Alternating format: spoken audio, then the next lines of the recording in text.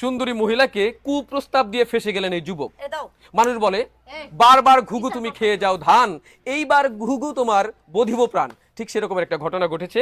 আমরা বিস্তারিত আপনাদের জানানোর জন্য তাদের কাছে চলে যাচ্ছি। চলুন কথা না বাড়িয়ে আমরা প্রথমে আমরা ভিকটিমের কাছেই যাই, যাকে বেঁধে রাখা হয়েছে পিলারের সাথে।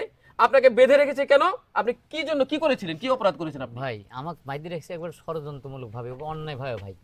আমাকে যে কথা কওয়া লিয়াইছে সে কথা না রাখি ভাই আমাকে বাইরে সেই পিটা পিটতেছে রে ভাই। আমি একটা সরল সোজা মানুষ, দেখেন ভাই আমার শরীরে কি আছে, আমার মতো একটা অসহায় মানুষকে এরকম মারা ঠিক হয়েছে ভাই?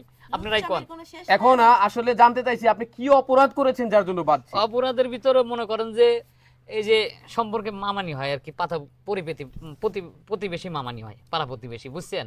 স্বামীরে বিদেশ থাকে, আমি চিন্তা করলাম যেহেতু এত সুন্দর একটা মেয়ে দেখতে পরীর মতো, স্বামী বিদেশ থাকে, সময় টময় দেয় না, আমি যদি একটু সময় টময় দিই, তার মনটা যদি খুশি রাখে, হাসি খুশি রাখি, তাহলে মনে করেন যে একটা উপকার হইলো, আমি উপকার করে বেড়াইছি। হ্যাঁ, আর এই উপকারের সুযোগ দিয়ে ভাই আমাকে আমার কথা শোন, তোর সাথে 5 বছর সম্পর্ক করে তোরে আমি বিয়া করছি, রিলেশন কইরা, ঠিক আছে? আমার ভালোবাসা বিয়া কইরা, ঠিক আছে? আমার বাপের বাড়ি থেকে এতগুলা টাকা পয়সা আনছিস, তোর একজোড়া জুতাও নাই ঠিকমতো, এই টাকাগুলো দিয়ে তুই মামির পিছনে খরচ করছিস। ও তার মানে হচ্ছে আপনার স্ত্রী থাকতেও আপনি উনার প্রেমে পড়ছেন না? তোর পিড়া হে আচ্ছা, আমার স্ত্রী মানে যৌতুকলি বিয়ে করছিলাম তো আমাকে ধরে ধরে খালি পেটে, বুঝছেন? এই জন্য মনে করেন যে বোর সাথে আমার ভালো সম্পর্ক নাই, এই জন্য ওনার সাথে একটু সম্পর্ক তৈরি করে চাচ্ছি, একটু মনের ভালোবাসা যদি পাইতাম। কিন্তু আমার কথা হলো আপনাকে আপনি সম্পর্ক তৈরি করতে আসছেন, কিন্তু বেঁধে রেখেছে কেন আপনাকে? তার মানে উনি কি আপনার সম্পর্কের রাজি না? ওই তো আমি বিয়ের প্রস্তাব দিছি, ঠিক আছে, অনেকদিন ধরে বিয়ের কথা কই, রাজি হয় না, তো কালকে আবার রাজি হয়েছে। তো আমারে কইলো কি যে তুই কালকে আসিস, গোপন আসিস, কেউ যেন না জানে, ঠিক আছে? তোর সাথে কইলি আমি পলা যা অন্য জায়গায় যা বিয়ে করবো। আসলে তুই আমাকে মনে থেকে ভালোবাসিস, তোর মামা তো আমার সময় মতো ঠিক মতো কথা কয় না, তুই তো আমাকে কথা কই সময় দিস, এই কথা কর ডাইলি আইসি ভাই, আমাকে সবাই মিলে আমাকে এরকম বাইরে দিছিস দেন কিছু। হ্যাঁ বুঝতে পারছি, আসলে মাছ চুরি করতে গিয়ে বিড়াল ধরা খেয়েছে এরকম একটা ঘটনা। আমরা ঘটনার বাদ বাকি অংশ শোনার জন্য আমরা সেই রমণীর কাছে যাচ্ছি। আচ্ছা আপনি বলুন তো, উনাকে বেঁধে রেখেছেন, কি অপরাধ আসলে করেছিল আপনাদের কাছে যার জন্য তার এই অবস্থা, একটু বিস্তারিত বলুন। আসলে ভাইয়া আমার স্বামী হচ্ছে প্রবাসী থেকে, ঠিক আছে? তো দীর্ঘ 5 বছর ধরে আমার বিরক্ত করতেছে, মানে এত পরিমাণে ডিস্টার্ব, আমি রাস্তা ঘাটে কোথাও যেতে পারি না শুধু ওর জন্য। তো আমি ওর প্রস্তাবে আমি রাজি হইতেছি না।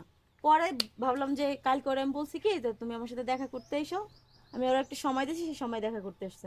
পরে আমি আমার মারে বলছি কি মা এরকম এরকম, সে তো আমার মা মানে আপনার শাশুড়ি না আপনার মা? আমার শাশুড়ি মা। আচ্ছা। আমি বললাম যে মা এরকম এরকম, ও তো আমার অনেক ডিস্টার্ব করতেছে, তো ওরে ধরবো আজকে হাতে নাতে। তো ও আসছে আমার লোকে দেখা করতে, পরে আমার ভাই সবাই মিলে ওরে ধরছি। উনি আপনার ভাই? ধরি ভাই। আচ্ছা আচ্ছা চাচি, আপনি কি এইসব বিষয়ে জানেন তো নিশ্চয়ই? শোনো বাজান, দুঃখের কথা কি কমু, বৌমা খালি ডেলি আমার কাছে কয়। পরে আমি আর বৌমা যুক্তি করলাম, বলে ওরে বিয়ার প্রস্তাব দিয়ে তুমি আনো, বলে তোর লই বাইকা পলাই যাবা, এই কথা কইয়া পরে ওরে জাত বানানো গোর বউ আছে, প্রমাণ আছে ভাই। সেই পেদানি পেদাইছে আমার, এমন পেদানি পেদাইছে ভাই। দেখেন না পাউডারে আমি তুমি এসো মামি, ও বিয়ার প্রস্তাব কোন আক করলে দেয়, ওর গিরু কারো বাইরে বাইরে ভাই এই যে দেন গুয়ার আড্ডি ভাই আলাইছে ভাই। দর্শক আপনারা নিশ্চয়ই এই বিষয়টা বুঝতে পারছেন, উনি স্ত্রী থাকাকালীন সময়েও আরেকটা রমণীর সাথে প্রেম করার জন্য এসে ধরা খেয়েছেন। তাই সমাজে যারা এই রকমের মানসিকতা নিয়ে থাকেন তারা কিন্তু সাবধান হয়ে যাবেন। তার কারণ আপনি কিন্তু মধু খেতে গিয়ে একেবারে ফেসে যাবেন, আর এমন ভাষা বলবেন ওখান থেকে আর বের হতে পারবেন না। ও ভাই গুয়ার আড্ডি ভাই ফেলাইছে। আমাদের পেজটিকে ফলো করে এরকম সুন্দর সুন্দর ভিডিও দেখার সুযোগটা নেবেন, আর আমাদের চ্যানেলকে অবশ্যই সাবস্ক্রাইব করবেন। আপনারা পাশে থাকলে আমরা দিনের পর দিন আরো এগিয়ে যাব, ভালো ভালো সুন্দর সুন্দর ভিডিও আপনাদের উপহার দিতে পারবো। ভালো থাকবেন, সুস্থ থাকবেন, আল্লাহ হাফেজ।